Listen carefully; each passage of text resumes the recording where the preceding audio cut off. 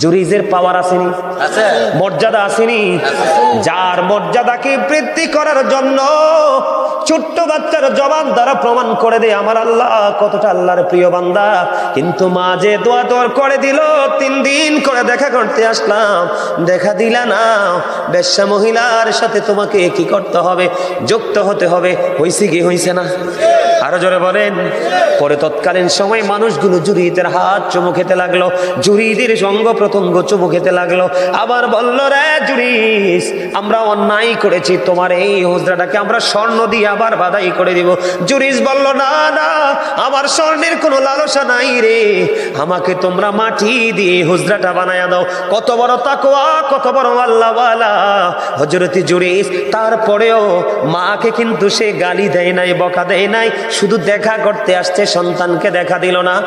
আল্লাহ রাব্বুল আলামিনের কাছে দরখাস্ত দিল, কবুল হয়ে গেল। এই যুগের ছেলেদের কিন্তু অত বড় বুজুর্গি নাই, এত বড় তাকওয়া নাই।